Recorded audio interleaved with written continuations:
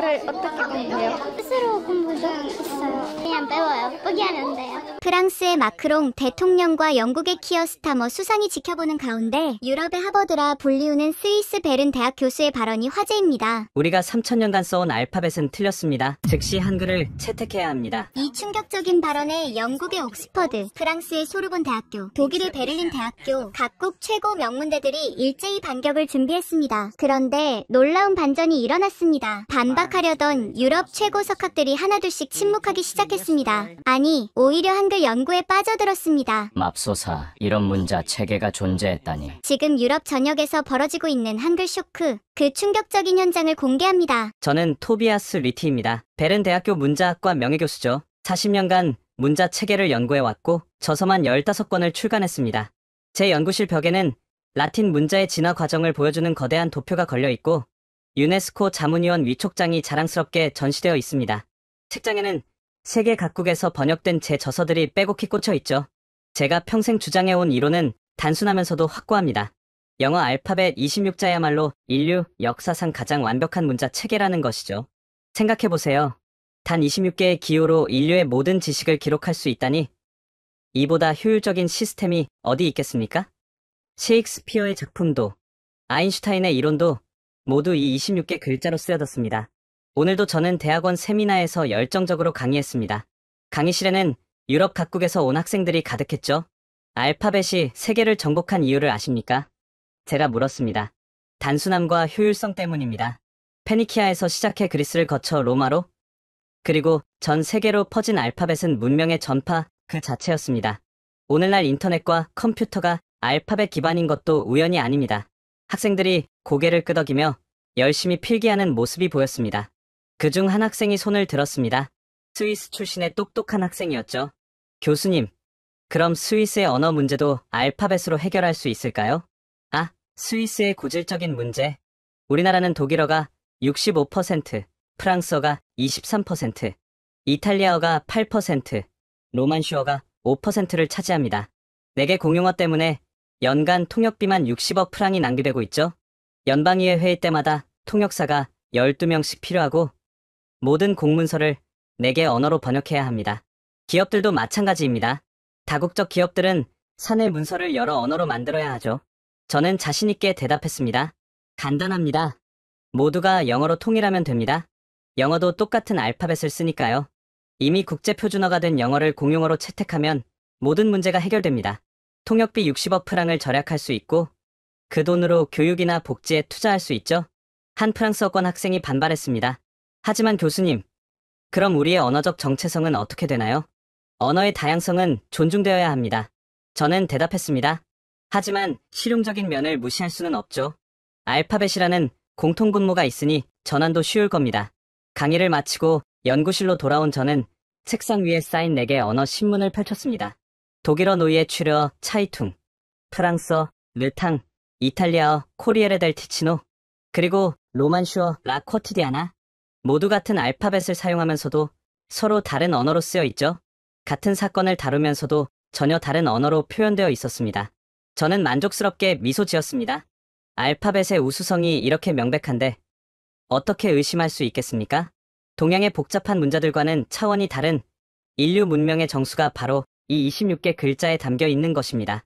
중국의 한자는 수만 개를 외워야 하고 일본의 문자는 3가지나 섞어 써야 합니다. 아랍 문자는 오른쪽에서 왼쪽으로 써야 하죠. 그에 비하면 알파벳은 얼마나 간단하고 효율적입니까? 창밖으로 베른의 구시가지가 보였습니다. 중세부터 이어져 온 이 도시도 알파벳과 함께 발전해왔죠. 시계탑에 새겨진 라틴어 문구, 대성당의 비문들 모두 알파벳으로 쓰여 있었습니다. 저는 다시 한번 확신했습니다. 알파벳보다 우수한 문자는 없다고 말입니다. 주말 가족 모임은 늘 즐거운 시간입니다. 특히 손녀 소피아를 만나는 날은 더욱 그렇죠. 14살이 된 소피아는 요즘 한창 사춘기입니다. 오늘도 휴대폰을 손에서 놓지 않네요.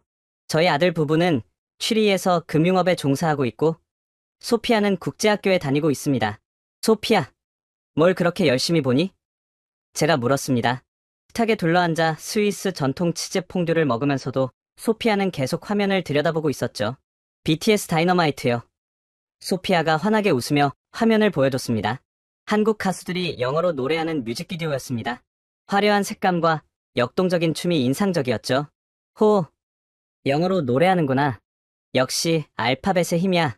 전 세계 사람들이 이해할 수 있으니까. 저는 흡족해하며 말했습니다. 봐라. 한국 가수들도 세계 시장을 위해서는 영어를 써야 하잖니? 이게 바로 알파벳의 위력이야. 그런데 소피아가 갑자기 이상한 말을 했습니다. 할아버지, 저 한글 배우고 있어요. 벌써 3주째예요. 한글? 그게 뭐니? 저는 처음 듣는 단어였습니다. 40년간 문자를 연구했지만 한글이라는 단어는 연구 논문에서 스쳐 지나가듯 본 기억만 있을 뿐이었죠. 한국 글자요. BTS 멤버들이 쓰는 글자예요. 정말 신기해요.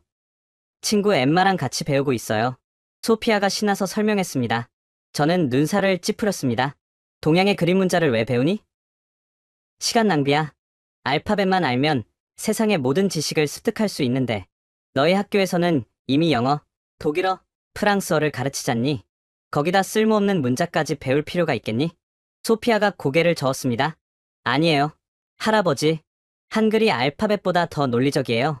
친구 엠마가 그러는데 발음하는 모양을 그대로 글자로 만들었대요. 그래서 배우기가 정말 쉬워요. 말도 안 되는 소리. 저는 단호하게 말했습니다. 동양의 문자가 어떻게 3000년 역사를 가진 알파벳보다 우수할 수 있겠니? 그건 그저 케이팝 팬들의 과장일 뿐이야. 유행은 지나가지만 알파벳은 영원하단다. 아들 부부가 어색하게 웃으며 분위기를 전환시켰습니다. 아버지, 요즘 애들은 다 그래요. 한류 열풍이잖아요.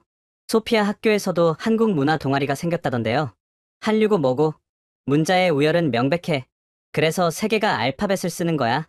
저는 못마땅해하며 와인을 한 모금 마셨습니다. 스위스산 화이트 와인의 깔끔한 맛이 입안에 퍼졌죠. 저녁 식사 내내 소피아는 계속 한글 이야기를 했습니다. 할아버지, 한글은 24개 글자밖에 없대요. 알파벳보다 적어요. 그런데도 모든 소리를 쓸 수 있대요. 그리고 모음이랑 자음이 확실히 구분돼요. 그럴 리가 없어.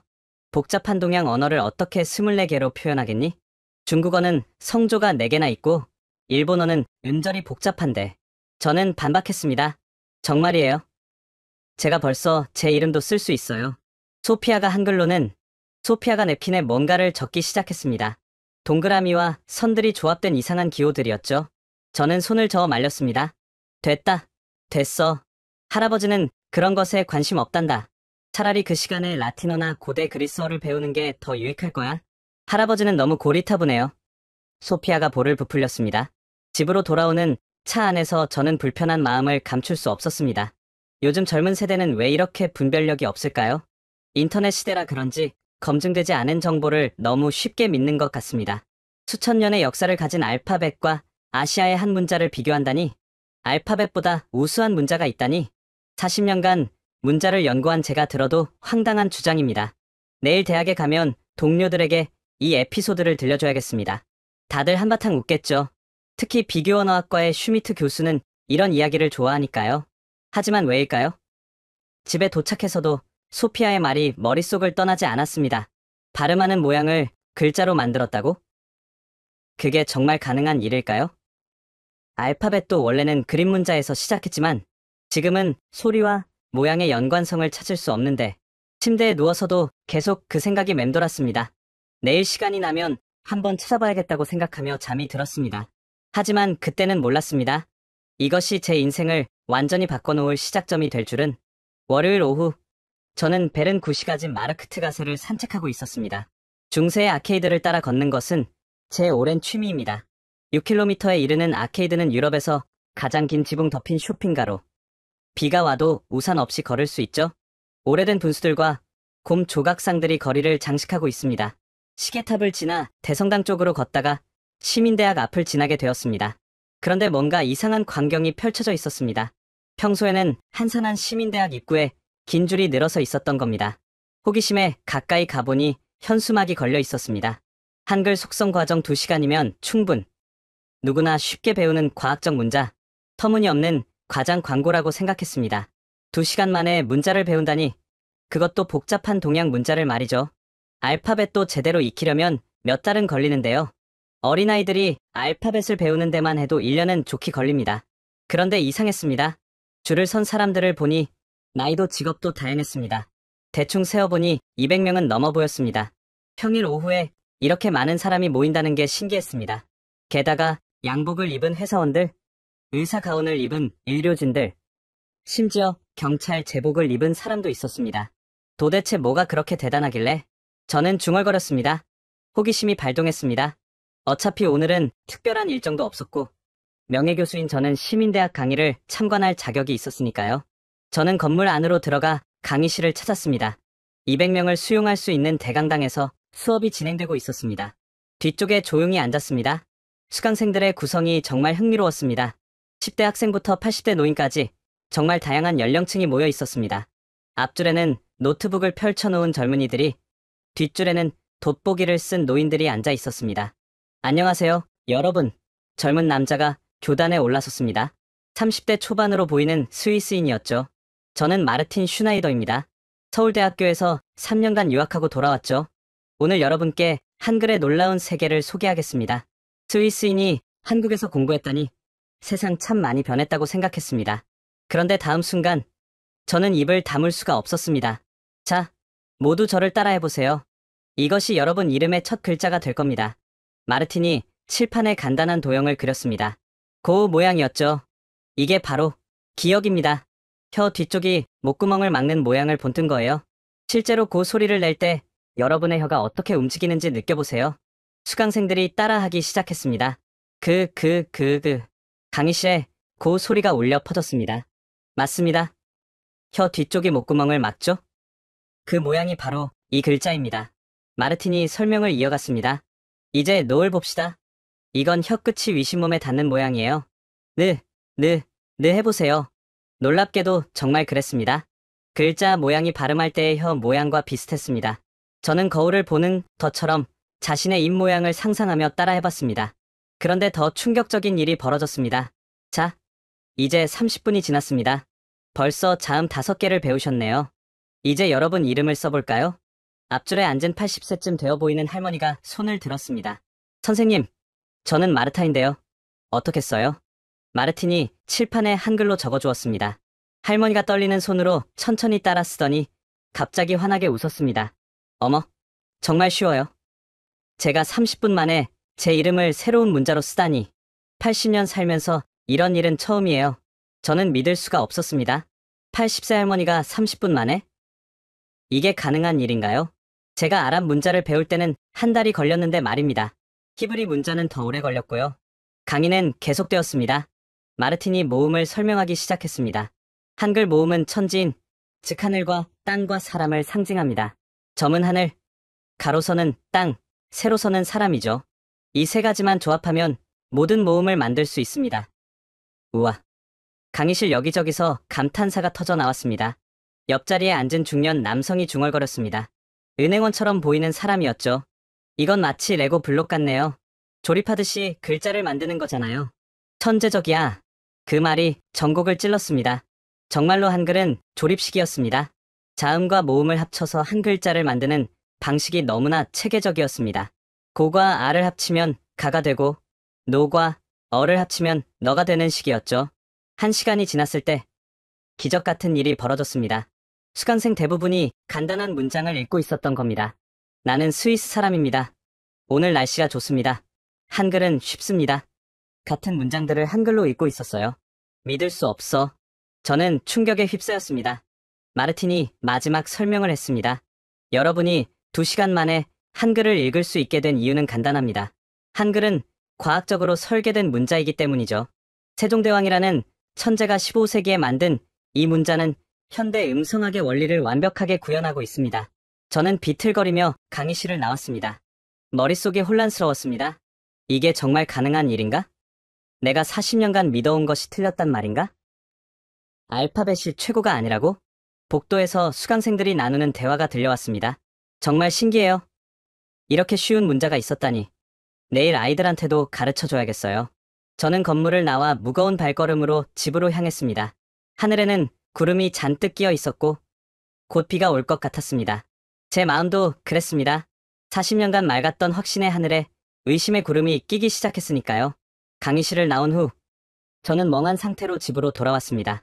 평소 같으면 연구실에 들러 진행 중인 논문을 검토했겠지만 오늘은 그럴 마음이 들지 않았습니다. 머릿속에는 온통 한글 생각뿐이었습니다. 도대체 어떤 원리로 80세 할머니가 30분 만에 글자를 쓸 수 있었을까요? 집에 도착하자마자 서재로 들어갔습니다. 컴퓨터를 켜고 검색을 시작했습니다. 한글 알파벳, 코리안 알파벳 등 다양한 키워드로 검색했죠. 그리고 점점 더 깊은 충격에 빠져들었습니다. 기억이 혀 뒤쪽을 막는 모양이라고? 저는 거울 앞에 서서 소리를 내며 입 모양을 관찰했습니다. 정말이었습니다. 혀 뒤쪽이 목구멍을 막는 모양이 한글 고과 비슷했습니다. 노 소리를 낼 때는 혀 끝이 윗잇몸에 닿았고 그 모양이 정확히 노 글자와 일치했습니다. 충격이었습니다. 알파벳을 생각해보세요. A가 왜 A 모양인지 아는 사람이 있나요? B는 왜 B 모양일까요? 그저 역사적으로 그렇게 변해왔을 뿐 특별한 이유는 없습니다. 원래 A는 소의 머리를 뜻하는 그림이었고 B는 집을 뜻했다고 하지만 지금은 그런 흔적을 찾을 수 없죠. 하지만 한글은 달랐습니다. 발음할 때의 입 모양을 그대로 글자로 만들었다니 이런 발상이 가능하다니요. 더 깊이 파고들수록 놀라운 사실들이 드러났습니다. 한글의 자음 체계는 단순히 모양만 본뜬 게 아니었습니다. 같은 위치에서 나는 소리들은 기본 모양의 획을 더해 표현했습니다. 예를 들어 고에서 크이 되는 것은 같은 위치에서 더 세게 발음하기 때문이고 그래서 획을 하나 더한다는 것이었습니다. 덜에서 티 되는 것도 바에서 팜이 되는 것도 마찬가지였죠. 이건 천재적이야. 저도 모르게 감탄사가 나왔습니다. 이건 단순한 문자가 아니라 음성학 교과서야. 밤이 깊어가는 줄도 모르고 자료를 찾았습니다. 세종대왕이라는 인물에 대해 알게 되었습니다. 1443년 조선의 제4대 왕이 직접 문자를 창제했다는 것이었습니다. 왕이 직접 문자를 만들다니 이건 세계사에서도 유례가 없는 일이었습니다. 더 놀라운 건 창제 이유였습니다. 훈민정음 서문을 찾아 읽어보았습니다. 나라의 말이 중국과 달라 한자와 통하지 않으니 어리석은 백성이 말하고자 하는 바가 있어도 끝내 제 뜻을 펴지 못하는 사람이 많다. 내가 이를 불쌍히 여겨 새로 28자를 만드니 사람마다 쉽게 익혀 날마다 쓰는데 편하게 하고자 할 따름이다. 백성을 위해 문자를 만들었다니 이건 혁명적인 발상이었습니다. 당시 유럽에서는 라틴어를 아는 성직자와 귀족만이 문자를 독점하고 있었는데 말입니다. 일반 백성은 문맹이 당연했던 시대에 동양의 한 왕이 모든 백성이 쉽게 배울 수 있는 문자를 만들었다는 겁니다. 계속 읽어 내려갔습니다. 훈민정음 해례본이라는 책도 찾았습니다. 한글 창제의 원리를 상세히 설명한 책이었죠. 거기에는 음양오행 사상과 함께 당시로서는 놀라울 정도로 정확한 음성학적 분석이 담겨 있었습니다. 모음 책에는 더욱 철학적이었습니다. 접는 하늘양, 은은 땅, 이는 사람 중성을 의미한다고 했습니다. 이 세 가지 기본 요소를 조합해서 모든 모음을 만든다는 것이었습니다. 아는 이 더하기 점, 어는 점 더하기 이, 오는 더하기 점, 우는 점 더하기 이런 식이었죠. 새벽 3시가 되었습니다. 저는 여전히 컴퓨터 앞에 앉아 있었습니다. 책상 위에는 한글 자모를 적은 종이들이 어지럽게 널려 있었죠. 40년간 제가 최고라고 믿었던 알파벳이 갑자기 초라해 보이기 시작했습니다. 알파벳은 3000년에 걸쳐 여러 문명을 거치며 우연히 만들어진 결과물입니다. 페니키아 문자에서 그리스 문자로, 그리스 문자에서 라틴 문자로 변화하면서 원래의 의미는 사라지고 추상적인 기호만 남았죠. 반면 한글은 한 천재가 과학적 원리에 따라 체계적으로 설계한 문자였습니다. 마치 자연적으로 생긴 오솔길과 계획적으로 설계된 고속도로의 차이 같았습니다. 내가 틀렸나? 처음으로 이런 의문이 들었습니다. 영어, 철자를 생각해봤습니다. 도우, 스루, 터프, 소트, 소로우. 비슷해 보이지만 발음은 완전히 다릅니다. 왜일까요? 역사적 변화 때문입니다. 옛날에는 다르게 발음했는데 철자는 그대로 남아있는 거죠. 합리적이지 않습니다. 또 다른 예를 생각해봤습니다. 나이프의 K는 왜 발음하지 않을까요? 사이콜로지의 P는요? 아일랜드의 S는? 이런 불규칙성 때문에 영어를 배우는 사람들이 얼마나 고생하는지 저도 잘 알고 있었습니다. 하지만 한글은 달랐습니다. 쓰는 대로 읽힌다고 했습니다. 표음 문자의 이상을 실현한 것이었습니다. 고은 언제나 고 소리가 나고 아는 언제나 아 소리가 납니다. 예외가 거의 없다는 것이었습니다. 저는 창밖을 바라봤습니다. 베른의 새벽은 고요했습니다. 멀리 알프스 산맥의 실루엣이 어렴풋이 보였죠. 하지만 제 마음속은 폭풍이 몰아치고 있었습니다. 40년간 쌓아올린 신념의 탑이 흔들리고 있었으니까요. 알파벳이 최고가 아니었어. 저는 낮은 목소리로 중얼거렸습니다.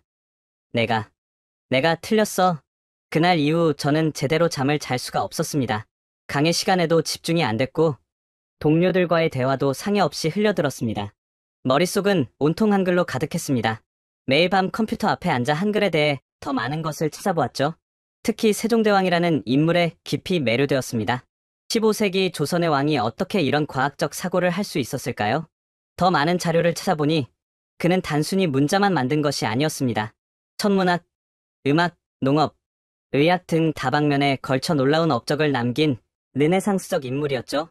세종대왕은 한글을 만들기 위해 직접 음성학을 연구했다고 합니다. 신하들과 함께 사람의 발음 기관을 관찰하고 소리가 나는 원리를 분석했다는 것이었습니다. 그리고 그 결과를 바탕으로 가장 과학적인 문자 체계를 설계했죠.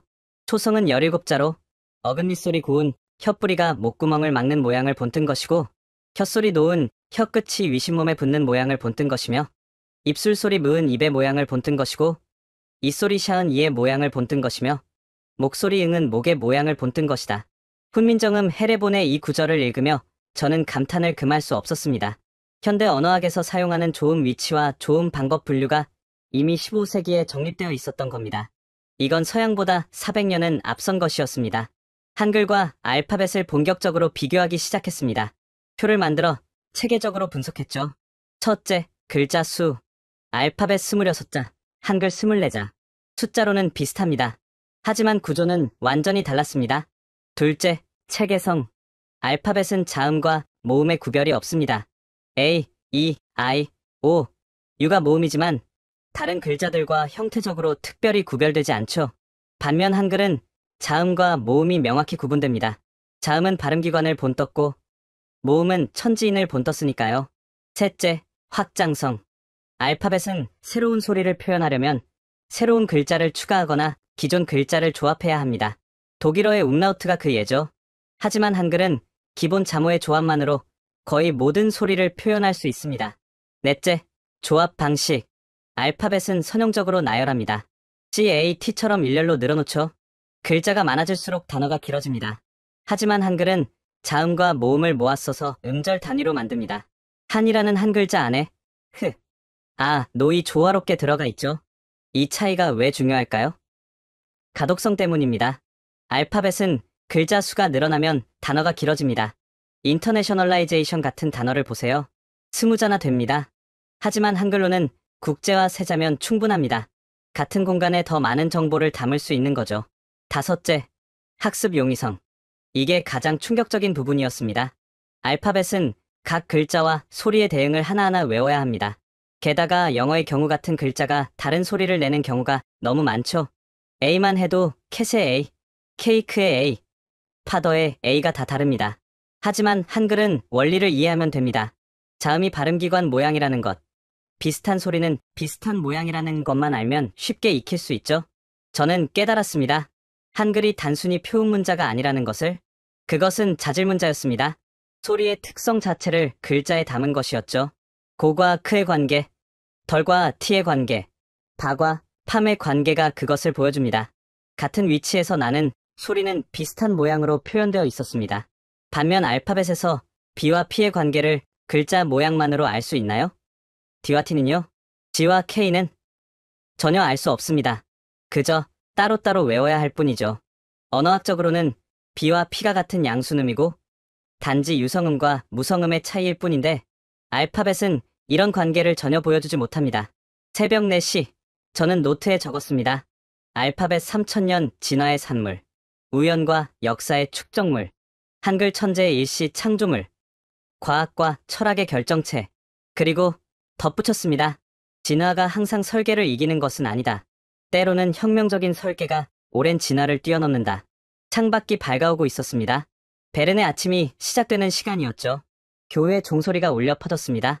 하지만 저에게는 어둠이 걷히는 순간이었습니다. 40년간 저를 가로막고 있던 편견의 장막이 걷히고 있었으니까요. 그런데 이상했습니다.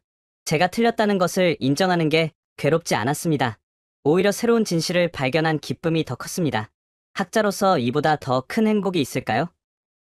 나이 60이 넘어서도 새로운 것을 배우고 기존의 생각을 바꿀 수 있다는 것. 이것이야말로 진정한 학자의 자세가 아닐까요? 하지만 동시에 두려움도 느꼈습니다. 제가 평생 가르쳐온 것이 틀렸다면 제 제자들에게 어떻게 설명해야 할까요? 동료들은 저를 어떻게 볼까요? 하지만 진실은 진실입니다. 숨길 수도, 외면할 수도 없는 것이죠. 사흘 후 오후, 초인종이 울렸습니다. 문을 열어보니 소피아가 서 있었습니다. 학교가 일찍 끝났다며 할아버지를 보러 왔다고 했죠. 손에는 작은 종이 봉투를 들고 있었습니다. 할아버지, 안색이 안 좋으세요? 무슨 일 있으세요? 소피아가 걱정스럽게 물었습니다. 확실히 며칠간 제대로 못 자서 그런지 피곤이 얼굴에 드러났나 봅니다. 아냐, 괜찮단다. 그저 요즘 연구 때문에 잠을 못 잤을 뿐이야. 저는 애써 미소를 지었습니다. 들어오렴. 차라도 한잔하자. 거실에 앉아 홍차를 마시며 이야기를 나눴습니다. 소피아는 학교 생활, 친구들, 최근에 본 영화 등에 대해 신나게 이야기했죠. 저는 그저 듣고만 있었습니다. 소녀의 밝은 에너지가 제 지친 마음을 위로해주는 것 같았거든요. 아, 맞다. 소피아가 갑자기 가방에서 하늘색 봉투를 꺼냈습니다. 할아버지, 이거요. 제가 할아버지께 편지를 썼어요. 편지? 요즘 시대의 편지를? 저는 놀랐습니다. 요즘 아이들은 모든 걸 스마트폰으로 하는데 손편지라니? 네, 그런데 소피아가 수줍게 웃었습니다. 한글로 썼어요. 저는 놀라서 소피아를 쳐다봤습니다. 한글로? 네. 제가 이제 한글을 꽤 잘 쓸 수 있거든요. 할아버지도 읽을 수 있을 거예요. 정말 쉬워요. 소피아가 봉투를 건넸습니다. 저는 떨리는 손으로 편지를 꺼냈습니다. 하얀 편지지에 또박또박한 한글 글씨가 보였습니다. 며칠 전 공부한 지식을 총동원해 천천히 읽기 시작했습니다. 할아버지께 첫 단어를 읽는 순간 가슴이 뭉클해졌습니다. 제 손녀가 한글로 쓴 할아버지라는 단어를 제가 읽고 있다니 계속 읽어 내려갔습니다. 저는 할아버지를 정말 사랑해요. 할아버지는 항상 저에게 최고의 할아버지예요. 비록 가끔 고집이 세시지만요. 저도 모르게 웃음이 나왔습니다. 소피아다운 표현이었죠. 옆에서 소피아가 조심스럽게 저를 지켜보고 있었습니다. 제가 한글을 배우는 이유는 BTS 때문만은 아니에요. 한국 친구가 생겼거든요. 이름은 서연이에요. 서연이는 3년 전에 스위스에 왔는데 아직도 독일어가 서툴러요. 그래서 우리는 영어로 대화하지만 가끔 답답할 때가 있어요. 편지는 계속되었습니다. 소피아가 서연이와 친구가 된 과정, 한국 문화에 대해 배운 것들, 그리고 한글의 아름다움에 대한 생각들이 순수한 언어로 적혀 있었습니다. 서연이가 그러는데 한글은 세종대왕이라는 왕님이 백성들을 위해 만든 거래요. 모든 사람이 쉽게 읽고 쓸 수 있도록요. 정말 멋진 왕님이에요. 스위스에도 그런 왕님이 있었으면 좋았을 텐데. 이 부분에서 저는 잠시 읽기를 멈췄습니다. 맞습니다. 우리에게는 그런 왕이 없었죠. 스위스는 언제나 여러 언어가 공존했지만 그것을 통합할 생각은 하지 못했습니다. 오히려 그 다양성을 자랑스럽게 여겼죠. 하지만 그 대가로 매년 60억 프랑을 쓰고 있는 겁니다. 할아버지, 제가 한글을 배우면서 느낀 게 있어요. 언어는 벽이 아니라 다리가 될 수 있다는 거예요. 한글로 쓰면 서연이도, 저도, 심지어 서연이 할머니도 읽을 수 있어요. 정말 신기하지 않아요? 마지막 문장에서 저는 더 이상 눈물을 참을 수 없었습니다. 할아버지, 사랑해요. 한글로 쓰니까 제 마음이 더 잘 전달되는 것 같아요. 이상하죠? 독일어로 쓰는 것보다 한글로 쓰는 게 더 진심이 담기는 것 같아요. 아마 한글이 특별해서 그런가 봐요. 할아버지도 한글을 배우셨으면 좋겠어요. 그럼 우리가 한글로 편지를 주고받을 수 있잖아요. 소피아 올림. 눈물이 뺨을 타고 흘러내렸습니다. 14살 손녀가 몇 주 만에 배운 한글로 이렇게 아름다운 편지를 쓸 수 있다니? 그리고 그 편지를 제가 읽을 수 있다니? 이것이 바로 문자의 힘이 아닐까요? 할아버지, 왜 우세요? 소피아가 놀라서 물었습니다. 저는 소피아를 꼭 안아주었습니다. 아냐, 기뻐서 그런 거란다. 내 편지가 너무 아름다워서. 그리고 저는 잠시 말을 멈췄다가 이어갔습니다. 네가 옳았어. 한글은 정말 특별한 문자야. 소피아의 눈이 반짝였습니다. 정말요? 할아버지가 그렇게 말씀하시다니. 그래, 할아버지가 잘못 생각했어. 한글은 알파벳보다 더 과학적이고 민주적인 문자란다. 저는 처음으로 입 밖에 내는 고백이었습니다. 그럼 할아버지도 한글을 배우실 거예요? 소피아가 기대에 찬 눈으로 물었습니다. 그래, 할아버지도 한글을 제대로 배워볼게. 그래서 너한테 한글로 답장을 쓰고 싶구나. 저는 진심으로 말했습니다. 소피아가 환하게 웃으며 가방에서 뭔가를 꺼냈습니다. 한글 교재였죠. 혹시 몰라서 가져왔어요. 이거 정말 쉬워요. 제가 도와드릴게요. 다음 1시간 동안 저는 14살 손녀에게 한글을 배웠습니다. 역할이 완전히 바뀐 거죠. 평생 가르치기만 했던 제가 손녀에게 배우고 있었습니다. 하지만 전혀 부끄럽지 않았습니다. 오히려 새로운 것을 배우는 기쁨이 컸죠. 할아버지, 이게 샤이예요. 이빨 모양이죠. 스으 소리 낼 때 공기가 이빨 사이로 나가잖아요. 소피아가 설명했습니다. 정말 그렇구나. 놀라워. 저는 감탄했습니다. 그리고 여기에 획을 하나 더하면 지 돼요. 더 센 소리죠. 그 다음에 또 획을 더하면 축이고요. 체계적이었습니다. 너무나 체계적이어서 아름답기까지 했습니다. 같은 계열의 소리는 기본 모양에서 파생되는 구조. 이런 문자가 600년 전에 만들어졌다는 게 믿기지 않았습니다. 그 순간 깨달았습니다. 문자란 단순한 기호가 아니라는 것을. 그것은 사람과 사람을 이어주는 다리였습니다. 마음을 전하는 그릇이었죠. 그리고 한글은 그 일을 가장 쉽고 아름답게 해주는 문자였습니다. 소피아가 돌아간 후 저는 편지를 다시 읽었습니다. 한 글자 한 글자 소리내어 읽으며 느꼈습니다. 이것이 세종대왕이 꿈꾸었던 세상이 아닐까 하고, 누구나 쉽게 배워서 자기 마음을 표현할 수 있는 세상, 신분과 나이, 국적에 상관없이 소통할 수 있는 세상 말입니다. 그날 밤 저는 오랜만에 편안하게 잠들 수 있었습니다. 꿈속에서 저는 한글로 일기를 쓰고 있었습니다.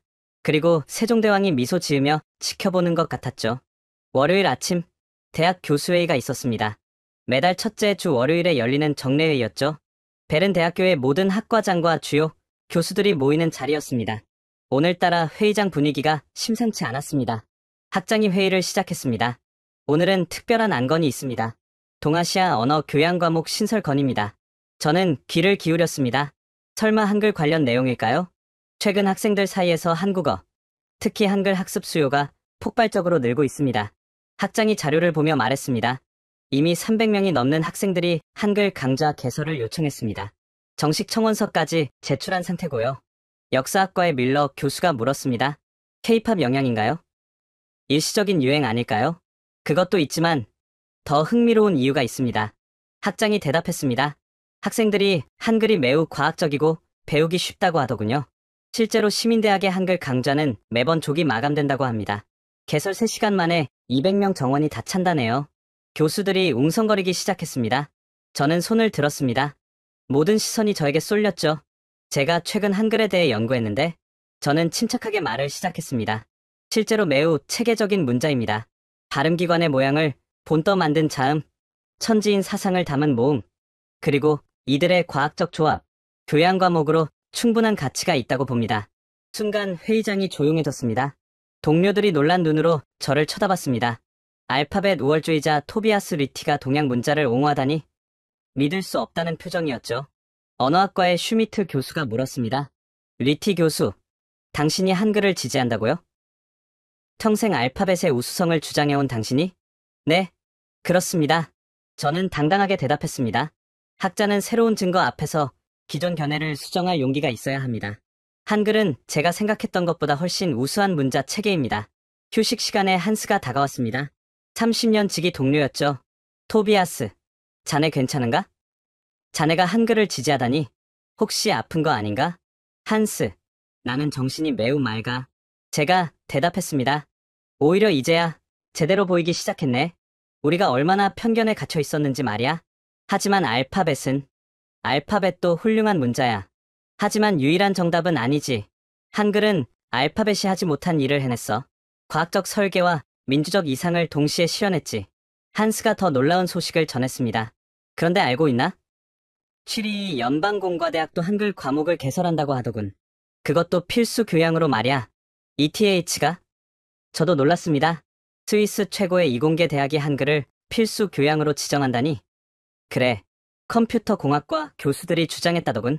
한글의 조합 원리가 프로그래밍 논리와 비슷하다면서 학생들의 논리적 사고력 향상에 도움이 된다고. 점심시간, 교수 휴게실의 TV에서 충격적인 뉴스가 흘러나왔습니다. 오늘 스위스 연방정부가 기자회견을 통해 4개 공용어 체제의 비효율성을 공식적으로 인정했습니다. 앵커가 말했습니다. 연간 60억 프랑의 통역 번역 비용이 국가 재정에 큰 부담이 되고 있으며 이로 인한 행정 비효율도 심각한 수준이라고 밝혔습니다. 화면이 전환되며 연방교육부 장관이 나타났습니다. 우리는 이 문제를 해결하기 위해 다양한 방안을 검토하고 있습니다. 그중 하나가 공통보조문자 도입입니다. 기자가 질문했습니다. 구체적으로 어떤 문자를 검토하고 계십니까? 여러 옵션이 있지만 장관이 잠시 뜸을 들였습니다. 놀랍게도 한글이 유력한 후보로 거론되고 있습니다. 휴게실이 술렁였습니다. 한글이라고? 동양 문자를 스위스가 채택한다고? 미쳤군. 장관의 설명이 이어졌습니다. 한글은 매우 과학적이고 중립적인 문자입니다. 어떤 언어에도 적용 가능하고 무엇보다 배우기 쉽습니다. 시민대학에서 진행한 시범 교육 결과 참가자의 95%가 2시간 만에 기본적인 읽기 쓰기가 가능했습니다. 우리는 그라우빈덴 주에서 시범 사업을 시작할 예정입니다. 장관이 계속 말했습니다. 그라우빈덴은 독일어, 이탈리아어, 로만슈어 등 3개 언어가 사용되는 지역으로 언어, 소통 문제가 가장 심각한 곳입니다. 만약 한글이 이 문제를 해결할 수 있다면 전국적 확대도 검토할 것입니다. 저는 가슴이 뛰기 시작했습니다. 제가 막 발견한 한글의 가치를 정부도 인정하고 있었던 겁니다. 그것도 보조문자로 도입을 검토한다니. 그런데 반대 의견도 만만치 않았습니다. 보수 성향의 교수가 말했습니다. 이건 문화적 자살이야. 유럽의 정체성을 포기하는 거나 마찬가지야. 맞아. 왜 하필 동양 문자야? 차라리 에스페란토가 낫지 않나? 저는 참지 못하고 말했습니다. 여러분, 편견을 버리고 생각해보세요. 한글은 동양 문자가 아니라 인류의 문자입니다. 세종대왕은 특정 민족이 아닌 모든 사람을 위해 한글을 만들었어요. 그리고 실제로 효과가 입증되고 있지 않습니까? 경론이 이어졌습니다. 하지만 저는 확신했습니다. 변화는 이미 시작되었다고. 거스를 수 없는 흐름이라고. 며칠 후 학장이 저를 불렀습니다. 리티 교수, 정부에서 한글 시범사업 자문위원을 찾고 있습니다. 교수님이 최근 한글을 연구하셨다고 들었는데 참여할 의향이 있으신가요? 저는 망설임 없이 대답했습니다. 물론입니다. 기꺼이 참여하겠습니다. 그런데 동료들의 반발이 있을 텐데 진실을 위해서라면 감수하겠습니다. 저는 단호하게 말했습니다. 집으로 돌아오며 생각했습니다. 40년 전 제가 학자의 길을 시작했을 때는 상상도 못했을 일이었죠. 알파벳의 우수성을 증명하려던 제가 한글의 전도사가 되다니. 하지만 후회는 없었습니다. 오히려 새로운 도전에 가슴이 뛰었습니다. 그날 저녁 소피아에게 전화했습니다. 소피아야, 할아버지가 정부 프로젝트에 참여하게 됐단다. 한글을 스위스에 보급하는 일이야. 와, 정말요? 할아버지 대단하세요. 소피아의 목소리가 기쁨으로 가득했습니다. 이 모든 게 너 덕분이야. 네가 한글을 소개해주지 않았다면 할아버지는 여전히 우물안개구리였을 거야. 할아버지, 그럼 이제 스위스 사람들이 모두 한글을 배우게 되는 거예요? 그랬으면 좋겠구나. 언어는 달라도 한글로 소통하는 스위스. 생각만 해도 멋지지 않니? 전화를 끊고 창밖을 바라봤습니다. 알프스의 봉우리들이 석양에 붉게 물들어 있었습니다. 저 산들처럼 변하지 않을 것 같던 스위스도 이제 변화를 맞이하고 있었습니다. 그리고 그 중심에 한글이 있었죠. 그라우빈덴 주의 주도쿠어에 도착했습니다. 스위스에서 가장 오래된 도시 중 하나로 5,000년의 역사를 자랑하는 곳이죠. 좁은 골목길과 중세 건축물들이 잘 보존되어 있었습니다. 여기서 역사적인 실험이 시작될 예정이었습니다. 프로젝트 본부가 마련된 건물로 들어갔습니다. 회의실에는 언어학자, 교육학자, 심리학자, 신경과학자 등 다양한 분야의 전문가들이 모여 있었습니다. 독일, 프랑스, 이탈리아에서 온 참관인들도 있었죠. 프로젝트 총책임자인 마이어 박사가 브리핑을 시작했습니다. 우리는 4개 언어권에서 각각 25명씩 총 100명의 자원자를 모집했습니다. 독일어권 25명, 이탈리아어권 25명, 로만슈어권 25명, 그리고 혼합 사용 지역 25명입니다. 스크린에 참가자들의 프로필이 나타났습니다. 나이는 18세부터 85세까지, 직업도 학생, 회사원, 주부, 은퇴자 등 다양했습니다. 이들을 두 그룹으로 나눠 한 그룹은 영어를, 다른 그룹은 한글을 배우게 할 겁니다. 마이어 박사가 설명을 이어갔습니다. 목표는 4주 안에 서로 다른 언어권 사람들이 하나의 보조문자로 소통할 수 있는지 확인하는 것입니다. 한 교육학자가 손을 들었습니다. 왜 하필 한글입니까? 중국어나 아랍어는 검토하지 않았나요? 제가 대답했습니다. 한글은 자질문자입니다. 소리의 특성을 글자에 담았죠. 중국어는 표의문자라 수천 개를 외워야 하고 아랍어는 모음 표기가 불완전합니다. 게다가 한글은 모든 언어의 소리를 표현할 수 있습니다. 독일어의 umlaut, 프랑스어의 비음, 이탈리아어의 떨림 소리까지 모두 표기 가능하죠. 그래도 서양인이 동양 문자를 배우는 건 프랑스에서 온 참관인이 회의적으로 말했습니다. 편견입니다. 저는 단호하게 말했습니다. 문자에는 동서양이 없습니다. 오직 효율성과 과학성만 있을 뿐이죠. 실험이 시작되었습니다. 첫날은 양 그룹 모두에게 기본 문자를 가르쳤습니다. 영어 그룹은 알파벳을 이미 알고 있었지만 영어의 불규칙한 철자법을 익히는데 고전했습니다. 왜 나이트에서 K와 GH는 발음하지 않나요? 이탈리아어권 참가자가 불평했습니다. 스로와 도우는 왜 발음이 다른가요? 독일어권 참가자도 혼란스러워했습니다. 반면 한글 그룹의 분위기는 달랐습니다. 한국에서 파견된 강사가 설명했습니다. 자, 고 소리를 내볼까요? 혀 뒤쪽이 목구멍을 막죠? 그 모양이 바로 이 글자입니다. 오, 정말 그렇네요. 참가자들이 감탄했습니다. 2시간 후 놀라운 일이 벌어졌습니다. 한글 그룹의 참가자들이 자기 이름과 간단한 단어를 쓰기 시작한 겁니다. 70세 이탈리아 할머니 로사 씨가 리오샤라고 쓰며 기뻐했습니다. 70년 만에 새로운 문자로 제 이름을 썼어요.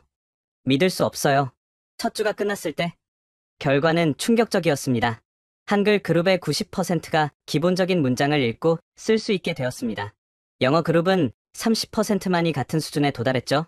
I am from 스위저란드를 쓰려다 I am from 스위설란드라고 쓴 참가자가 많았습니다. 발음대로 썼다가 틀린 거죠. 반면 한글 그룹은 나는 스위스 사람입니다를 정확히 썼습니다. 쓰는 대로 읽히니까요. 더 놀라운 것은 한글 그룹 참가자들이 서로 다른 언어권 출신임에도 한글로 소통하기 시작했다는 점입니다. 독일어를 모르는 이탈리아어 사용자가 독일어 사용자와 한글로 대화를 나누는 장면은 감동적이었습니다. 구텐 탁, 부온조르노. 각자의 언어를 한글로 적으며 인사를 나눴습니다. 서로의 언어를 몰라도 한글로 적힌 것을 읽을 수 있었으니까요. 이 주차에는 더욱 놀라운 진전이 있었습니다. 한글 그룹 참가자들이 서로 편지를 주고받기 시작한 겁니다. 22세 독일어권 대학생 루카스가 68세 로만슈어권 할아버지 지안에게 한글로 편지를 썼습니다. 안녕하세요, 지안 할아버지. 저는 취리히에서 온 루카스입니다. 할아버지는 어디에 사세요? 로만슈어는 어떤 언어인가요? 한글로 소통할 수 있어서 정말 기뻐요. 지안 할아버지의 답장 루카스. 반가워요. 나는 엔가딘 계곡에 살아요. 로만슈어는 우리 할아버지의 할아버지부터 써온 언어예요. 젊은이와 이렇게 대화할 수 있다니 꿈만 같아요.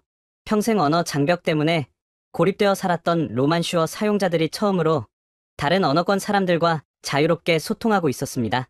그런데 가장 충격적인 발견은 따로 있었습니다. 참가자 중 3명이 난독증을 가지고 있었는데 한글을 배운 후 읽기 능력이 현저히 개선된 겁니다. 신경심리학자 브라운 박사가 검사 결과를 발표했습니다. 놀랍습니다.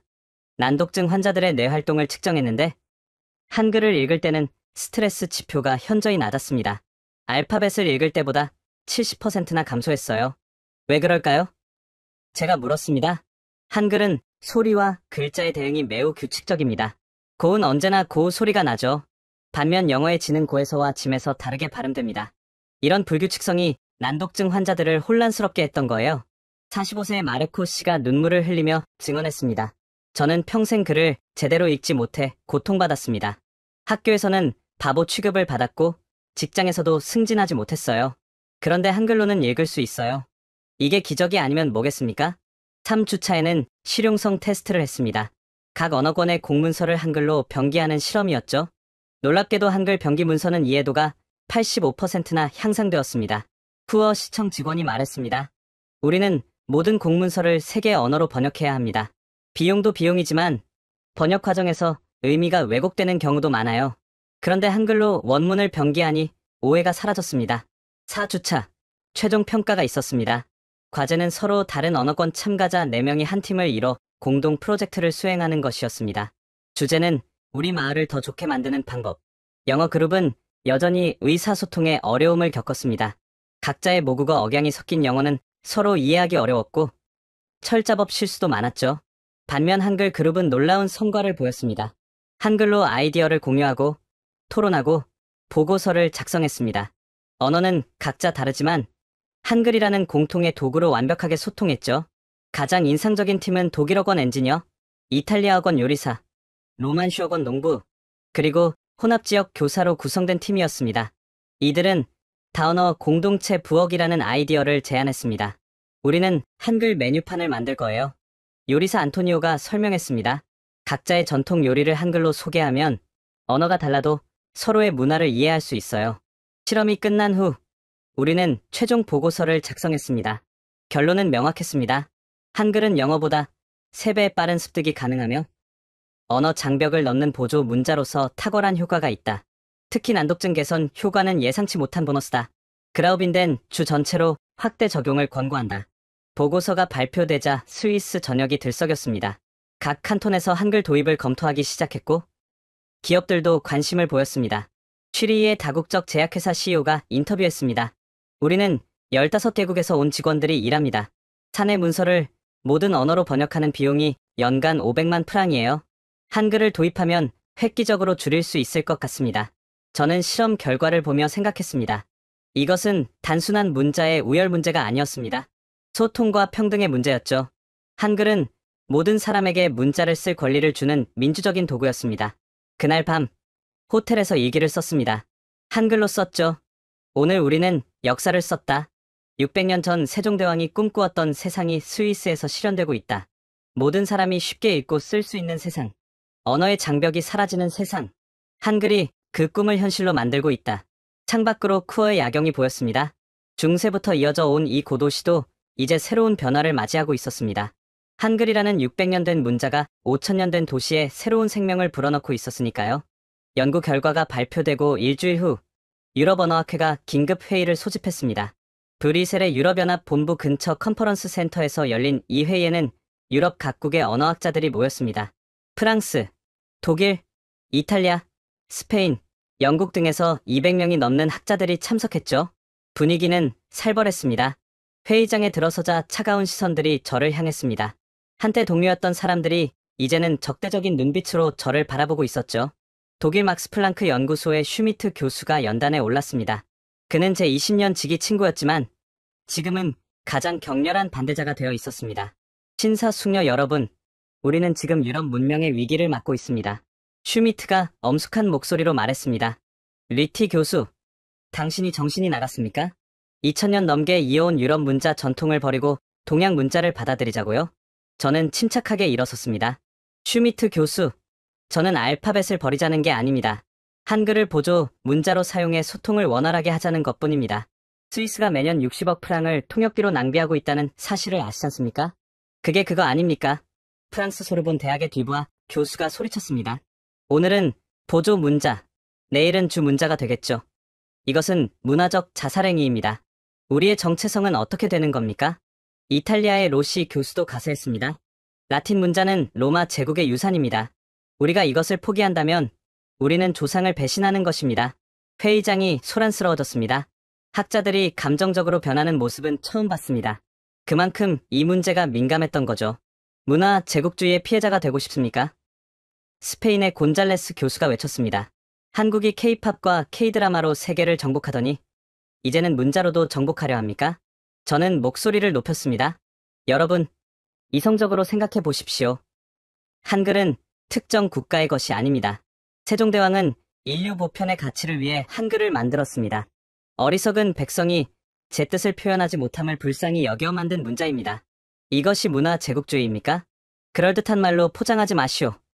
네덜란드의 반덴 베르 교수가 비아냥거렸습니다. 당신은 서구 문명의 배신자요. 돈 몇 푼에 영혼을 판 것이오? 그 말에 저는 분노했습니다. 돈 때문이라고요? 저는 단 한 푼도 받지 않았습니다. 오히려 이 연구 때문에 기존 저서들의 판매가 중단되어 손해를 보고 있습니다. 저는 오직 진실을 위해 이 일을 하고 있습니다. 영국 옥스퍼드의 윌리엄스 교수가 냉소적으로 말했습니다. 진실? 당신이 말하는 진실은 40년간 주장해온 것과 정반대 아닙니까? 던절자의 진실을 누가 믿겠습니까? 순간 회의장이 조용해졌습니다. 그 말이 가장 아팠습니다. 맞습니다. 저는 변했습니다. 하지만, 네, 저는 변했습니다. 저는 또렷하게 말했습니다. 하지만 그것이 잘못입니까? 새로운 증거 앞에서 기존 견해를 수정하는 것이 학자의 자세 아닙니까? 여러분은 한번 세운 이론을 평생 고수하십니까? 그것이 과학입니까? 아니면 종교입니까? 잠시 침묵이 흘렀습니다. 제 말이 일리가 있었으니까요. 하지만 슈미트가 다시 공격했습니다. 그래도 왜 하필 한글입니까? 우리에게는 이미 국제음성기호가 있지 않습니까? IPA는 언어학자들을 위한 도구입니다. 제가 대답했습니다. 일반인이 배우기에는 너무 복잡하죠. 한글은 2시간이면 배울 수 있습니다. 그라우빈덴 실험이 그것을 증명했습니다. 2시간? 프랑스의 마르탱 교수가 비웃었습니다. 과장도 정도가 있어야죠. 직접 보시죠. 저는 준비해온 영상을 틀었습니다. 그라우빈덴 실험 참가자들의 모습이었죠. 80세 할머니가 30분 만에 자기 이름을 쓰는 장면, 난독증 환자가 한글로 책을 읽는 장면, 서로 다른 언어권 사람들이 한글로 대화하는 장면. 영상이 끝나자 회의장에 무거운 침묵이 내려앉았습니다. 증거는 명백했으니까요. 그때 벨기에의 대 브라위 교수가 일어났습니다. 중립적인 입장으로 유명한 학자였죠. 저는 리티 교수의 연구에 관심이 있습니다. 혹시 우리도 직접 실험해 볼 수 있을까요? 물론입니다. 저는 즉시 대답했습니다.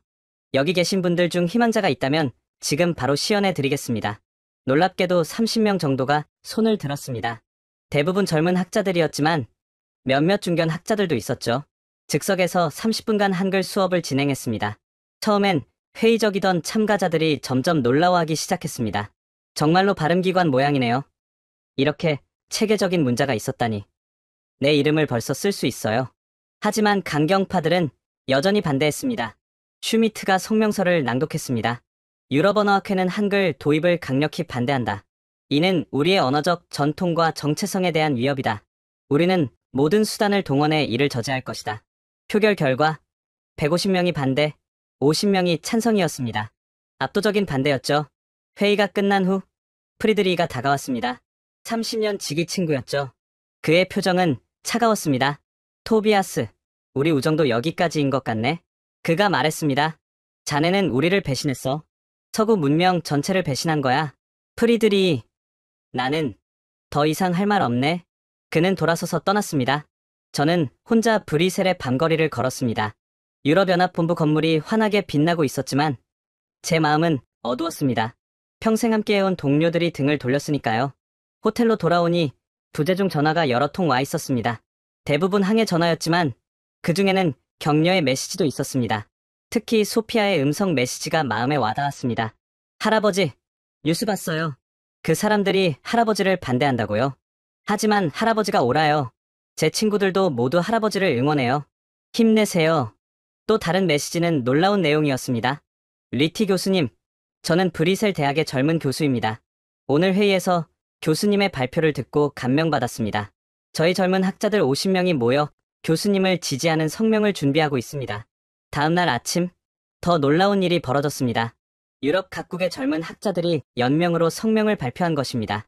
우리는 리티 교수의 연구를 지지한다. 한글은 언어 장벽을 허무는 혁신적 도구다. 기성학계의 편견과 기득권이 진보를 가로막아서는 안 된다. 스위스로 돌아오는 기차 안에서 저는 생각했습니다. 갈릴레이도 지동설을 주장했다가 종교 재판을 받았죠. 다윈도 진화론으로 엄청난 비난을 받았습니다. 하지만 진실은 결국 인정받았습니다. 그래, 계속 가자. 저는 다짐했습니다. 언젠가 그들도 이해할 거야. 창밖으로 알프스가 보이기 시작했습니다. 변하지 않을 것 같은 저 산들도 사실은 계속 변하고 있죠. 빙하가 녹고 바위가 풍화되고 새로운 길이 생깁니다. 세상에 영원한 것은 없습니다. 언어도 문자도 마찬가지입니다. 며칠 후 놀라운 소식이 들려왔습니다. 그라우빈덴 실험 참가자들이 탄원서를 제출했다는 것입니다. 100명 전원이 서명한 탄원서였죠. 한글 프로젝트를 계속해주세요. 우리는 처음으로 언어 장벽 없이 소통하고 있습니다. 이것은 기적입니다. 반대하는 사람들은 직접 경험해보지 못했기 때문입니다. 부디 포기하지 마세요. 특히 난독증이 개선된 마르코 씨의 편지가 감동적이었습니다. 교수님 덕분에 저는 45년 만에 처음으로 책을 읽을 수 있게 되었습니다. 어제는 손자에게 동화책을 읽어줬습니다. 손자가 할아버지도 글을 읽을 수 있구나라고 말하더군요. 이 기쁨을 어떻게 표현해야 할지 모르겠습니다. 저는 연구실에 앉아 답장을 썼습니다. 한글로 썼죠. 여러분의 지지가 제게 큰 힘이 됩니다. 반대가 아무리 거세도 포기하지 않겠습니다. 한글이 가져올 변화를 믿기 때문입니다. 그리고 마지막에 덧붙였습니다. 진실은 시간이 걸릴 뿐 결국 승리합니다.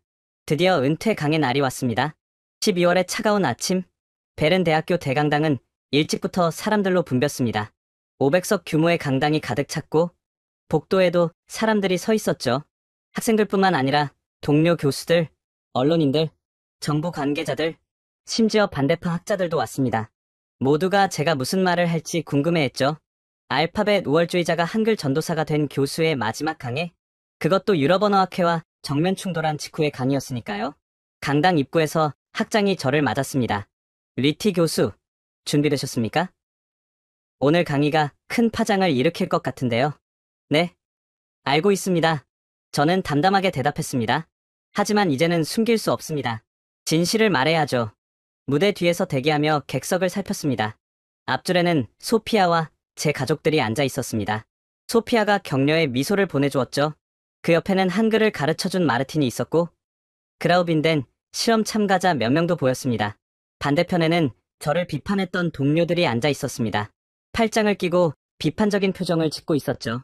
하지만 저는 두렵지 않았습니다. 오히려 해방감을 느꼈습니다. 오늘 모든 것을 털어놓을 수 있으니까요. 드디어 시간이 되었습니다. 박수 소리와 함께 무대에 올랐습니다. 마이크 앞에 서서 청중을 둘러봤습니다. 순간 강당이 조용해졌죠. 안녕하십니까? 제가 말문을 열었습니다. 저는 토비아스 리티입니다. 오늘이 제 마지막 강의입니다. 40년간 이 자리에서 알파벳의 우수성을 설파해왔죠. 그리고 오늘 제 마지막 강의에서 고백할 것이 있습니다. 청중이 숨죽이며 기다렸습니다. 저는 잠시 침묵했다가 명확하게 말했습니다. 제가 틀렸습니다. 강당이 술렁였습니다. 예상은 했겠지만 직접 듣는 것은 충격이었을 겁니다. 저는 계속했습니다. 저는 40년간 알파벳이 최고의 문자라고 믿었습니다. 인류 문명의 정수라고 가르쳤죠. 하지만 한글을 만나고 깨달았습니다. 제가 얼마나 편협했는지를요. 우물 안개구리였다는 것을요. 파워포인트 첫 슬라이드를 켰습니다. 세종대왕의 초상화가 나타났죠. 이분이 세종대왕입니다. 1443년에 한글을 창제하신 조선의 왕입니다. 여러분, 왕이 직접 문자를 만들었다는 게 믿어지십니까? 그것도 백성들을 위해서 말입니다. 훈민정음 서문을 보여주며 설명했습니다. 나라의 말이 중국과 달라 한자와 통하지 않으니 어리석은 백성이 말하고자 하는 바가 있어도 끝내 제 뜻을 펴지 못하는 사람이 많다. 내가 이를 불쌍히 여겨. 여러분, 이것이 15세기의 생각입니다. 유럽이 아직 중세의 어둠에서 벗어나지 못했을 때 동양의 한 왕이 모든 백성이 읽고 쓸 수 있는 문자를 만들었습니다. 이것이 혁명이 아니면 무엇입니까? 칠판으로 걸어가 한글을 쓰기 시작했습니다. 고, 노, 무, 샤, 응. 이것이 한글의 기본 자음입니다. 고은 혀 뒤쪽이 목구멍을 막는 모양, 노은 혀 끝이 위심몸에 닿는 모양, 무은 입술 모양, 샤은 이 모양, 응은 목구멍 모양입니다. 청중석에서 감탄사가 흘러나왔습니다. 저는 계속 설명했습니다. 여기에 획을 더하면 된소리가 됩니다. 고에서 크, 덜에서 티, 바에서 팜. 같은 위치에서 나는 소리는 비슷한 모양으로 표현됩니다. 이것이 600년 전의 디자인입니다. 현대 언어학보다 앞선 분석이죠. 이번엔 모음을 설명했습니다. 모음은 더욱 철학적입니다. 점은 하늘, 가로선은 땅, 세로선은 사람. 이 세 요소의 조합으로 모든 모음을 만듭니다. 그리고 칠판에 큰 글자로 썼습니다. 진리. 이것은 한글로 진리입니다. 제가 평생 추구했던 것이죠. 그런데 아이러니하게도 진리를 찾기 위해서는 기존의 믿음을 버려야 했습니다. 실험 영상을 보여줬습니다. 그라우빈덴에서의 놀라운 성과들, 80세 할머니의 기쁨, 난독증 환자의 눈물, 언어 장벽을 넘은 소통의 순간들, 보셨습니까? 이것이 한글의 힘입니다. 2시간이면 배울 수 있고 모든 소리를 표현할 수 있으며 쓰는 대로 익힙니다. 알파벳으로는 불가능한 일이죠. 반대파 교수 하나가 손을 들었습니다. 그래도 알파벳은 3000년의 역사가 있지 않습니까? 맞습니다. 제가 대답했습니다. 알파벳은 3000년에 걸쳐 진화했습니다. 하지만 그 결과가 무엇입니까? 스루, 도우, 터프, 소트. 왜 이렇게 다르게 익힙니까? 나이트의 K는 왜 묵음입니까? 역사가 항상 진보를 의미하는 것은 아닙니다. 파워포인트로 비교표를 보여줬습니다. 알파벳과 한글의 학습 시간, 표현력, 규칙성, 가독성 등 모든 면에서 한글이 우수했습니다. 저는 학자입니다. 저는 청중을 바라보며 말했습니다. 학자의 사명은 진실을 추구하는 것이죠. 그리고 진실은 이렇습니다. 한글은 알파벳보다 더 과학적이고 민주적인 문자입니다. 강연의 마지막 부분에 이르렀습니다. 저는 감정을 추스르며 말했습니다. 40년 전, 저는 이 자리에서 첫 강의를 시작했습니다. 그때 저는 확신에 차 있었죠. 알파벳이 최고라고, 서구 문명이 우월하다고. 하지만 오늘, 저는 불확실성을 안고 떠납니다. 그리고 그것이 더 정직한 자세라고 믿습니다. 스크린에 마지막 슬라이드가 떴습니다. 스위스의 4개 언어로 평화를 쓴 것과 한글로 평화를 쓴 것이었죠. 이것이 제가 꿈꾸는 스위스의 미래입니다. 언어의 다양성은 유지하되 한글이라는 공통의 다리로 연결된 사회. 더 이상 통역비 60억 프랑을 낭비하지 않고 그 돈으로 교육과 복지에 투자하는 나라. 여러분, 문자는 단순한 도구가 아닙니다. 그것은 생각을 담는 그릇이고 마음을 전하는 다리입니다. 한글은 그 일을 가장 쉽고 아름답게 해줍니다. 모든 사람에게 평등하게요. 마지막으로 저는 말했습니다. 제가 한글을 처음 접한 것은 14살 손녀 덕분이었습니다. 손녀가 한글로 쓴 편지를 읽으며 저는 깨달았습니다. 나이가 들어도 배울 수 있다는 것을, 틀렸다는 것을 인정할 수 있다는 것을, 그것이 진정한 지혜라는 것을요. 소피아를 바라보며 미소 지었습니다. 소피아, 고맙다. 네가 할아버지의 눈을 열어줬구나. 끊임없이 의심하고 더 나은 답을 찾아가는 것. 그것이 학자의 자세입니다. 저는 64살에 새로운 진실을 발견했습니다. 여러분도 열린 마음으로 한글을 만나보시기 바랍니다. 감사합니다. 저는 고개를 숙였습니다. 잠시 정적이 흘렀습니다. 그리고 박수가 터져 나왔습니다. 1명, 2명, 그리고 전체가 일어나 박수를 쳤습니다. 소피아는 눈물을 흘리고 있었고 심지어 비판적이던 동료 몇몇도 일어서서 박수를 쳤습니다. 강단을 내려오는데 학생들이 둘러쌌습니다. 교수님, 저도 한글을 배우고 싶습니다. 어디서 배울 수 있나요? 정말 2시간이면 가능한가요? 한 젊은 여학생이 다가와 물었습니다. 교수님, 저는 난독증이 있는데 한글을 배우면 정말 나아질까요? 저는 그 학생의 손을 잡으며 말했습니다. 그럼요. 그라우빈덴에서 이미 증명되었습니다. 한글은 당신에게 새로운 세상을 열어줄 거예요. 동료 교수들도 다가왔습니다. 놀랍게도 반대파였던 몇몇도 있었죠. 리티, 솔직히 오늘 강의는 인상적이었네. 역사학과의 밀러 교수가 어색하게 말했습니다. 자네의 용기에 경의를 표하네. 40년 신념을 공개적으로 수정하는 건 쉬운 일이 아니니까. 물리학과의 바우어 교수도 다가왔습니다. 실은 나도 한글에 관심이 있었네. 물리학 공식을 한글로 표기하면 더 직관적일 것 같아서. 혹시 같이 연구해 볼 수 있을까? 가장 놀라운 건 프리드리히였습니다. 브뤼셀에서 절교를 선언했던 그가 다가왔죠. 토비아스. 그가 망설이며 말했습니다. 내가 너무 성급했던 것 같네. 자네 강의를 듣고 생각이 바뀌었어. 적어도 한글을 직접 경험해보고 판단해야겠다고. 프리드리. 저는 그의 손을 꽉 잡았습니다. 고맙네. 정말 고마워. 강의가 끝난 후 학장실에서 특별회의가 열렸습니다. 학장이 흥분된 목소리로 말했습니다. 리티 교수, 방금 교육부에서 연락이 왔습니다. 교수님의 은퇴 강의가 생중계되었는데 시청자가 50만 명을 넘었다고 합니다. 스위스 교육 방송 역사상 최고 기록이래요. 그리고 더 놀라운 소식이 있습니다. 부학장이 덧붙였습니다. 연방정부에서 긴급회의를 소집했답니다. 한글 도입을 전국적으로 확대하는 방안을 논의한대요. 교수님이 특별 고문으로 참여해 주시길 요청했습니다. 저는 잠시 생각했습니다.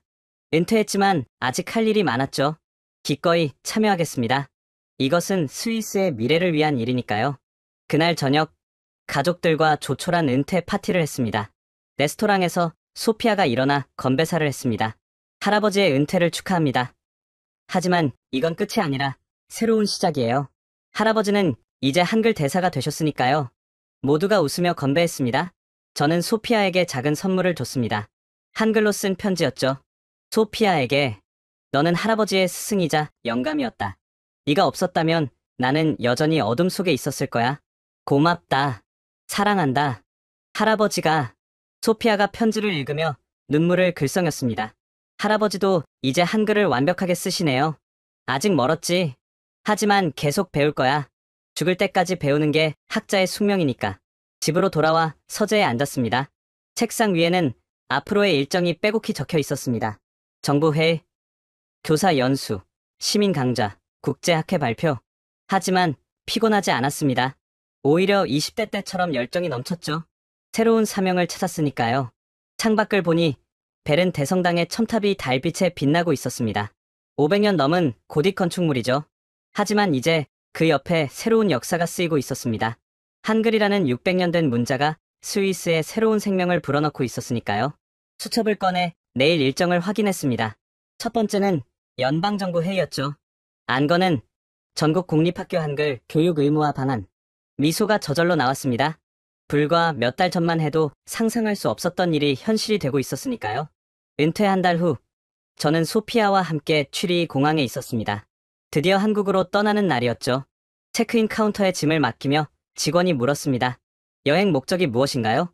저는 잠시 생각하다 답했습니다. 순례요. 한글의 고향으로 가는 순례입니다. 직원이 미소 지었습니다. 아, 교수님이 그 유명한 리티 교수님이시군요. 저도 교수님 강의 영상 봤어요. 덕분에 저도 한글 배우기 시작했답니다. 정말입니까? 어떠세요? 놀라워요. 제가 4개 국어를 하는데 한글로 적으면 모든 언어의 발음을 정확히 표기할 수 있더라고요. 비행기에 오르며 소피아가 물었습니다. 할아버지, 한국에 가면 뭐부터 하실 거예요? 세종대왕님께 인사드려야지. 그분이 없었다면 이 모든 일도 없었을 테니까. 12시간의 비행 끝에 인천공항에 도착했습니다. 입국장을 나서자 한글 간판들이 눈에 들어왔습니다. 이제는 대부분 읽을 수 있었죠. 할아버지, 저기 환영합니다라고 쓰여 있어요. 소피아가 신나서 말했습니다. 맞아. 그리고 저기는 안내라고 쓰여 있구나. 공항철도를 타고 서울로 향했습니다. 창밖으로 한국의 풍경이 펼쳐졌죠. 높은 빌딩들, 산과 강, 그리고 곳곳에 보이는 한글 간판들. 한국은 한글 덕분에 문맹률이 거의 제로에 가깝다고 들었어요. 소피아가 말했습니다. 맞아. 세종대왕의 꿈이 실현된 거지. 모든 백성이 읽고 쓸 수 있는 나라. 서울역에 도착해 택시를 탔습니다. 기사님께 경복궁으로 가주세요라고 서툰 한국어로 말했더니 기사님이 놀라셨습니다. 외국분이신데 한국어를 하시네요. 조금 할 수 있습니다. 한글을 배우고 있어요. 와, 발음이 정확하세요. 한글 배우기 어렵지 않으셨어요? 아니요. 정말 쉬웠습니다. 세계에서 가장 과학적인 문자니까요. 기사님이 백미러로 저를 보며 웃었습니다. 외국분이 그렇게 말씀하시니 뿌듯하네요. 저희는 너무 당연하게 써서 한글이 얼마나 대단한지 잘 몰랐거든요.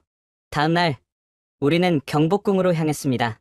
광화문을 지나 들어가니 웅장한 궁궐이 펼쳐졌죠. 그리고 마침내 세종대왕 동상 앞에 섰습니다.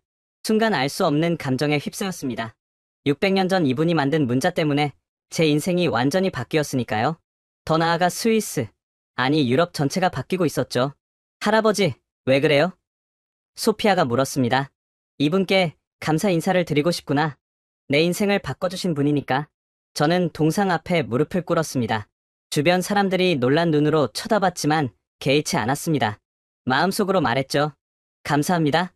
대왕님, 당신이 만든 문자가 600년 후 스위스에서 기적을 일으키고 있습니다. 언어의 장벽을 허물고 난독증을 치료하고 사람들을 연결하고 있습니다.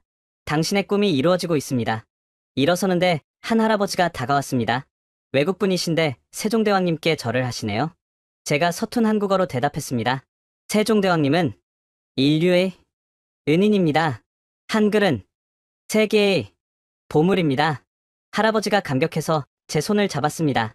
고맙습니다. 정말 고맙습니다. 외국분이 우리 한글을 그렇게 생각해 주시다니. 국립한글박물관도 방문했습니다. 훈민정음 해례본 앞에서 한참을 서 있었죠. 600년 전 문서가 이렇게 완벽하게 보존되어 있다는 게 놀라웠습니다. 큐레이터가 설명했습니다. 세종대왕은 한글을 만든 후 직접 용비어 청가를 지으셨고 불교 경전과 농사 서적을 한글로 번역하게 하셨어요. 백성들이 실제로 사용할 수 있게 하신 거죠. 단순히 만드는 것에 그치지 않고 보급까지 신경 쓰셨군요. 제가 감탄했습니다. 네, 그래서 한글은 빠르게 퍼질 수 있었어요. 양반들의 반대에도 불구하고요. 박물관 출구에서 방명록에 글을 남겼습니다. 한글로 썼죠. 한글은 인류 최고의 발명품입니다. 스위스도 한글로 하나가 되고 있습니다. 감사합니다. 토비아스 리티, 스위스. 서울대학교 언어학과도 방문했습니다. 김진수 교수가 따뜻하게 맞아주었죠. 리티 교수님, 정말 뵙고 싶었습니다. 교수님의 은퇴 강의를 보고 큰 감동을 받았어요. 서구 학자가 한글의 가치를 그렇게 인정해 주시다니. 오히려 제가 늦게 깨달은 겁니다. 한글의 우수성은 객관적 사실이니까요. 김 교수가 제안했습니다. 교수님, 저희와 공동 연구를 하시겠습니까? 한글의 국제화에 대한 프로젝트입니다. 특히 유럽에서의 한글 보급 방안을 연구하고 싶은데요. 저는 기쁘게 수락했습니다. 물론입니다. 스위스의 경험을 공유하고 더 나은 방법을 찾아보죠. 회의실에서 여러 교수들과 토론했습니다. 한글을 유럽 전역에 보급하는 방안, 난독증 치료 프로그램 개발, 다원어 사회에서의 한글 활용법 등 다양한 주제가 논의되었죠. 한글은 단순한 한국 문자가 아닙니다. 제가 강조했습니다. 이제는 인류 공동의 자산으로 봐야 합니다. 언어 장벽을 허무는 도구로서 말이죠. 일주일간의 한국 방문 일정이 끝나갈 무렵 특별한 초대를 받았습니다. 청와대에서 대통령을 접견하게 된 것입니다. 리티 교수님, 한글의 가치를 세계에 알려주셔서 감사합니다. 대통령이 말했습니다.